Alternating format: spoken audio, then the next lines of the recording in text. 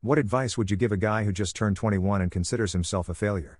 Slow down, calm down. You have near literally all the time in front of you. At 21 you should be in college or just working. And in regards to work, just pick some stuff you can build off of and work your way up, develop your skills. As a man, your value comes later in this culture, like in your 30s. You're 21, you have like a decade to be building, saving money, developing skills. It takes time. Just put your nose down, get to work, be smart with saving, your health and all that. Your 20s should feel kind of crappy, because you should be building, which is not the fun or rewarding part. But if you play your 20s correctly you will be pretty much to go for life by the time you hit 30, if not before. Good, you're uncomfortable in your current situation. That is motivation to change you can use as momentum to help develop the discipline you need to improve your circumstances. What is success? What do you need to do to achieve that? Start achieving things you respect and you will build self-respect. If you seek to do, you will learn and grow as you go. The patch to being a competent man is action. Discipline and planning can improve your rate of achievement.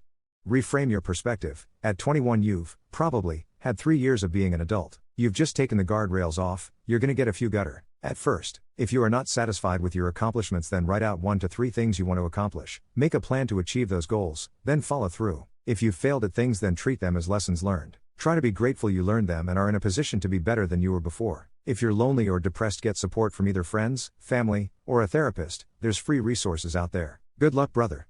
Greater than work on physical and mental health. Improve your nutrition, have normal weight, exercise 3 to 4 times per week. Not sure about mental health, but to me it helps having low expectations on stuff I try or hope and acknowledge the improvements as you would with problems, but dream big. Greater than acquire skills and pursue some kind of education. Greater than don't be afraid to try things, could be a career, asking a girl out, who cares. Greater than don't get addicted to substances, don't gamble, don't be all day on social media or gaming, anything potentially addictive you could have as cope. Exception probably would be running or working out. Greater than don't be demoralized if you fail, just do what you have to do. I wish you the best.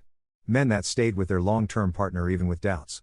The implication that only some people have doubts about their relationships is just wrong. Everyone doubts different aspects of their relationships at different times. That's normal. There are always going to be what ifs in any relationship at any stage. The challenging part about determining your compatibility with someone long-term is figuring out which doubts are temporary and which ones aren't. My advice to men having doubts in their relationship would be this: when you end a relationship, you can't unring that bell. It's done. So give things time to play out if you think something you're doubting might be temporary in some capacity. I've been in a relationship for 11 years now. I was warned about the 7-year hump and felt it a tiny bit, but you gotta trust your gut. If somebody is good for you, don't think of how they could be better, because everyone can be better in one way or another. There's a lot of heads and idiots out there. If your other half is nice and you like them, stay with them.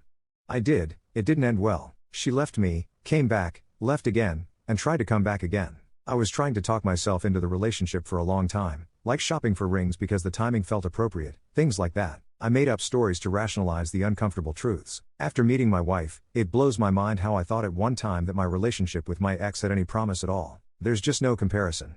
She didn't tell me about her past when we first met, now a year, and I found out a lot of disgusting things she did with other men. She said she didn't want me to judge her on her past. I get that, but she was still doing the same scumbag while we were together. The problem is I truly love her, but when I think of the things she's done it makes me sick and drives me to drink, which leads to arguments.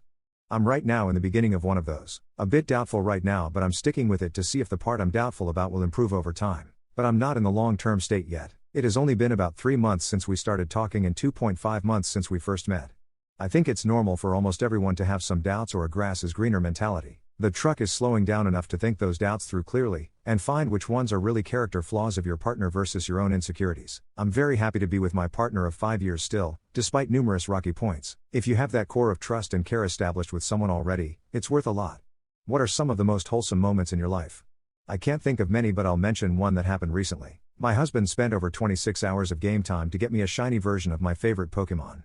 My brother calls me for advice often lately, which I find adorable. Also yesterday my 3-year-old said, "Mommy, you're so pretty." It was darling. Traveling to 40+ countries and making memories around the globe.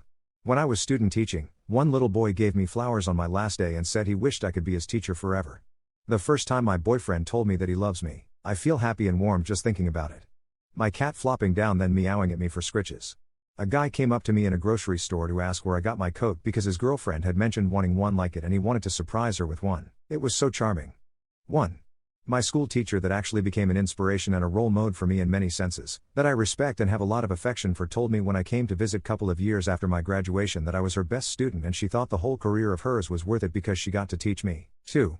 Going on a student exchange program to another country and after 3 months suddenly, in one moment, realizing I am in love with this place and want to live here. 3. Actually returning to this place after 2 years of hard work when the plane landed and I understood it was for real. 4. The person I love telling me he loves me, the first time someone told me that too. Cooking for my family, playing with cats and dogs. I arranged a surprise holiday for my ex for his 30th. I had arranged the time off with his boss secretly, and booked him a half day on the day we were due to fly. The single greatest moment of my life was surprising him at work and telling him to pack his, because we were going on holiday. The genuine joy and surprise on his face was the best thing I've ever seen. When I'm cooking or gardening, or when I go to church or interact with my old school, traditional husband. Watching my daughter being born, and my wedding day. My daughter being born, my wedding day, my dad phoning me every morning so I have company on my walk to work. Whenever pets/animals get all cuddly or excited to see me, it's so pure haha. My grown brother, 32M, and myself, 37F, visit our parents often and play board games, along with my husband and son. Because of your job, what movies do you hate because of the inaccuracies portrayed with that job? I was an inspector and NDT technician for the past 6 years. Although it's not really related, I do get a bit annoyed when a movie has a person find something at a really fast rate that makes no sense from a realistic perspective. I say a bit annoyed because obviously I don't want the movie to be 50 minutes of a guy checking an area to find something, but still, I can't remember an exact moment or detail from Blacklist, but I remember there being quite a few times they would walk into a room/area and find something hidden in a matter of seconds. Edit, I still am an inspector but now it's more immersion instead of traveling the US looking at storage tanks. Sir Christopher Lee had the best story in this regard. Working with Peter Jackson on The Lord of the Rings, Sir Christopher Lee's character, spoilers, is stabbed in the back. Peter Jackson starts in with how he wants Sir Lee to scream, and Sir Lee says https://www.youtube.com/watch v equals @dbsdmgku. To him, have you any idea what kind of noise is made when somebody is stabbed in the back? Because I do. And quat. And proceeds to lay out for Mr. Jackson precisely how it sounds when A is stabbed in the back. From experience, Jackson relented and did it Sir Lee's way. So, Sir Christopher Lee's answer to this might be, directors who depict things without any experience in them. And quat. I'm a film photographer and I love The Secret Life of Walter Mitty, but the lens Sean O'Connell uses is a modern electronic aperture lens. You adjust the aperture with controls in the camera body, but the camera body he's using has no such functionality. No film photographer would make this mistake or pair those pieces together.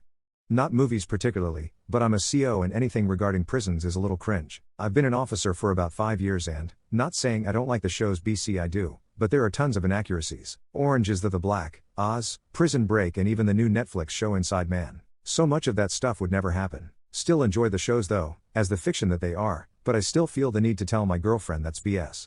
I'm sure she just loves watching these things with me, but then again I'm also a science/history nerd so she can't really watch much without me having something to refute its legitimacy in the real world. Days shave their face/legs every day and wish more people would notice/compliment it? Good boy op, well done. Pat's head. Do you like top hats? And quat. I'm offended you would even ask that. Are you saying I'm top heavy? Are you saying that I should be cooking stove top because I'm a woman? Did you know that the word hat is one letter away from hot? How dare you! And quat. I shave everything every day. I do it because it makes me feel comfortable, not because I want to be attractive. It's cold so people aren't even seeing it anyway. Shaving has become more of a standard. It's often considered ugly to have hair and normal when you don't, so it's not something that someone's going to compliment you on. I would be weirded out if someone did, honestly. I'd take it as a compliment only in the case when I'm naked with someone and they mention how soft my skin is. Note, soft skin rather than nice shave lol. As a man, one of the most satisfying things for me is to have a nice shave after a shower. And quat. I know this is a side comment, but I always shave before showering, a la shave, shower, get and quat, mainly because it's easier to wash the last remnants of shaving cream off in the shower and, if I happen to cut myself, it will usually clot up in the shower so I don't have to use a band-aid to keep from getting blood on my shirt. I'm going to see if I can work this into a conversation at work tomorrow. I do feel comfortable commenting when someone is not shaving, like now for No Shave November, but it never occurred to me any other time. Very thought-provoking. I'll let you know how it goes. I can appreciate a good effort at manscaping. As a dude, I know how difficult it can be to shave the box. Also I find it difficult to find XS razors. The standard razor sizes are way too big for my angry inch. This is interesting. I never thought about complimenting on someone's shave, TBH. I don't even do it for my husband. I feel like it's a bit of a sensitive thing to acknowledge and to judge. Personally as a woman, and I'm sure most women would agree. But we actually hate shaving, especially our legs. It's such a hassle. Luckily ours doesn't get quite as thick as men's, but if you want compliments on it, you'd have to ask for it. I don't really see anyone going out of their way to give such a compliment if I'm honest. I used to shave my legs to avoid negative attention, not to get positive attention. As a woman, I feel like that would be an odd thing to compliment unless it's my significant other. Hey sir, your face looks very nice and clean shaved and quat.